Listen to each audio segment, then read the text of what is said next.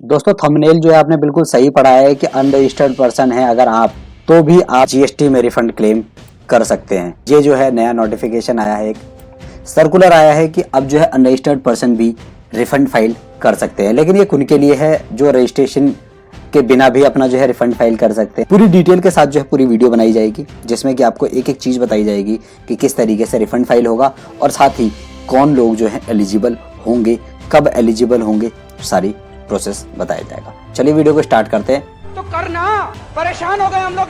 देखिए इसमें क्या हुआ था बेसिकली कि आपको एक चीज पता होगी कि जब कभी एक बिल्डर कोई फ्लैट बनाता है तो फ्लैट बनाने के बाद क्या होता है कि जो उसकी बुकिंग्स है वो काफी पहले जो है स्टार्ट हो चुकी होती हैं। स्टार्ट होने के साथ ही क्या होता है कि पेमेंट जो लोगों की जानी स्टार्ट हो जाती है, जब तक उसकी पेमेंट जाती रहती है जो कंस्ट्रक्शन है वो चलती रहती है। लेकिन किसी कारणवश अगर कॉन्ट्रैक्ट कैंसिल होता है, एग्रीमेंट कैंसिल होता है, तो कॉन्ट्रैक्ट कैंसिल होने के बाद क्या होता है वो जो है पेमेंट वापस कर देता है। लेकिन बहुत बार ऐसा होता है कि वो आपकी जो पेमेंट है वो जीएसटी के साथ गई होती है। डेफिनेटली जीएसटी के साथ जाएगी। अगर आपका फ्लैट जो 100 रुपये का है, आपका उस पर जीएसटी है तो आप जीएसटी के साथ ही उसमें 100 रुपये प्लस जीएसटी अपना पे करेंगे। लेकिन बिल्डर क्या है कि बिल्डर ने अगर आज आपसे पैसे ले लिए हैं और वो जाके कॉन्ट्रैक्ट जो है वो 3 साल बाद बिल्डर है वो आपको जो है वो डिसकंटिन्यू होता है या फिर कॉन्ट्रैक्ट कैंसिल होता है, तो आप उस दिन बिल्डर आपसे क्या कहता है, बिल्डर कहता है कि आप जो है हमसे पैसे तो वापस ले लीजिए लेकिन हमने जो जीएसटी सरकार को पे कर दिया है आपके बिहाफ पर वो हम वापस नहीं करेंगे। तो उसके लिए जो है क्या प्रावधान है। तो बहुत सारे लोगों की जो रिकमेंडेशन गई तो जीएसटी डिपार्टमेंट को ये समझ में आया कि हमें जो है इसका भी कोई समाधान निकालना चाहिए कि अनरजिस्टर्ड पर्सन है तो वो किस तरीके से जो है आपका जीएसटी वापस लेगा। तो उन्होंने क्या किया, सर्कुलर निकाला और उसमें लिख दिया कि prescribing manner of filing an application for refund bye unregistered person, कि अनरजिस्टर्ड पर्सन को हम रिफंड किस तरीके से जो है वो देंगे। चलिए अब इसमें क्या है कि उन्होंने बता दिया कि यदि आपका कॉन्ट्रैक्ट जो है वो कैंसिल हो जाता है किसी भी रीजन की वजह से, ठीक है, और उसमें क्या होता है कि आपका जो है क्रेडिट नोट जो है वो इशू नहीं हो सकता। क्यों नहीं हो सकता इशू, आपको ही पता होगा कि जीएसटी के अंदर जो है क्रेडिट नोट जो है नेक्स्ट ईयर के अपने मतलब कि फाइनेंशियल ईयर से जो नेक्स्ट वाला ईयर होता है उसके आप तक ही आप अपना जो क्रेडिट नोट है वो इशू कर सकते हैं फॉर द फाइनेंशियल ईयर जो कि आपका प्रीवियस ईयर होगा। लेकिन अब अगर वो भी टाइम निकल चुका है तो आप क्रेडिट नोट तो इशू नहीं हो सकता। तो उसके लिए अब क्या किया जा सकता है, अब ये किया जा सकता है कि गवर्नमेंट क्या करेगी कि उनको जो है रिफंड इशू करेगी। अगर आपका जो कॉन्ट्रैक्टर है अगर आपको जो है आपके बेसिक अमाउंट वापस कर देता है तो आपका जो बचा हुआ जीएसटी का अमाउंट है वो आप सरकार से वापस ले सकते हैं। ठीक है, अब उसका जो टाइम है वो एक्सपायर हो चुका है क्रेडिट नोट वाला, तो रिफंड जो है वो बायर को कैसे मिलेगा। इसमें क्या होगा, सारी रिप्रेजेंटेशन जो है वो मिली कि फैसिलिटी दी जाए ऐसी कि जो अनरजिस्टर्ड पर्सन है जो कि अपना रिफंड को क्लेम करना चाहते हैं जो कि उनके द्वारा बॉन्ड किया गया है, अब उनका कॉन्ट्रैक्ट कैंसिल हो गया तो उन्हें ना तो फ्लैट मिला है ना ही फिर उनको जीएसटी वापस मिला है, तो उनका ही लॉस हो रहा है। तो इस चक्कर में क्या है कि सरकार ने इसके लिए भी एक समाधान निकाल दिया। अब क्या हुआ कि किस तरीके से जो है इसको बिल्डिंग और फ्लैट वाले जो कॉन्ट्रैक्ट है वो कैंसिल होंगे तो किस तरीके से उसका किया जाएगा।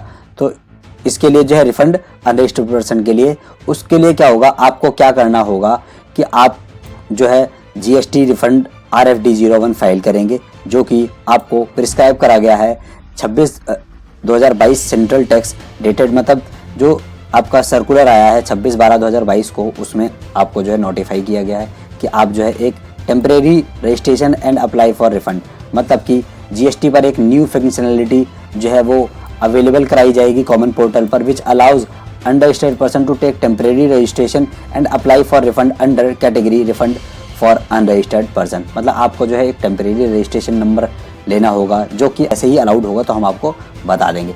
जीएसटी पोर्टल पर जो है आपको अलाउ करी जाएगी कि जो है टेम्परेरी रजिस्ट्रेशन लेकर जो है आप अपना रिफंड फाइल कर सकते हैं जीएसटी RFD 01 के थ्रू। अब क्या होगा, अब अनरजिस्टर्ड पर्सन है और आपका भी जो जीएसटी है वो सरकार के द्वारा रिफंड करा जाना चाहिए। आप उसके लिए क्या कर सकते हैं कि आप जो है कॉमन पोर्टल्स पर जाकर जो है अपने पैन नंबर के थ्रू जो है एक टेम्परेरी रजिस्ट्रेशन नंबर लेंगे। टेम्परेरी रजिस्ट्रेशन नंबर लेने के बाद में आपको जो है क्या करना होगा कि जिस भी स्टेट में आपका सप्लायर है, सप्लायर इन द सेंस कि जो कॉन्ट्रैक्टर का स्टेट है रजिस्टर्ड उस वाले स्टेट को सिलेक्ट करेंगे और उसके बाद जो आप अपने आधार ऑथेंटिकेशन करने के बाद रूल 10B क्या है कि आधार ऑथेंटिकेशन आपको करना मैंडेटरी है। उसके बाद ही आप जो है साथ ही आपका पैन और बैंक अकाउंट जो है वो pan card, Aadhaar card and bank account तीनों ही आपके सेम नेम से होने चाहिए जब भी आप अप्लाई करें, ठीक है। फिर उसके बाद क्या करना होगा आपको कि फॉर्म RFD 01 जो है वो अप्लाई करना होगा और उसके बाद जो है आपको एक अपलोड करनी होगी statement 8 in PDF format and all prerequisite documents as per the provision sub rule 2। मतलब कि कुछ डॉक्यूमेंट्स की जो लिस्ट है वो बताई जाएगी कि क्या क्या आपको डॉक्यूमेंट जो है वो अपलोड करने हैं और साथ ही स्टेटमेंट 8 क्या है। उसके बाद में इनवॉइस जो आपको इशू हुआ होगा जब भी आपने घर परचेज करने के लिए या फिर फ्लैट परचेज करने के लिए आपने पेमेंट दी होंगी, उसमें सारा चीज़ जो मेंशन होगा कि आपने कितना पेमेंट किया है और कितना आपका GST है। साथ ही आपको जो अपने सप्लायर से उनसे भी एक सर्टिफिकेट इशू करवाना होगा, उस सर्टिफिकेट को जो है साथ में आपको अपलोड करना होगा।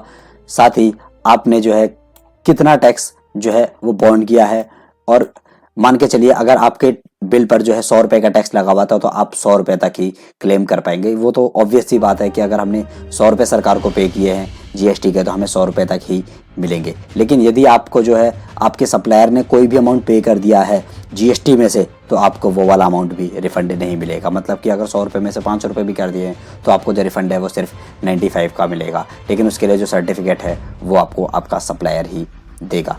इसके बाद आ जाता है कि अब चीज़ आती है कि रेलेवेंट डेट जो है वो फाइलिंग के रिफंड की वो क्या होगी। रेलेवेंट डेट होगी date of issuance of letter of cancellation contract agreement as per the supply of supplier के द्वारा तब से लेकर।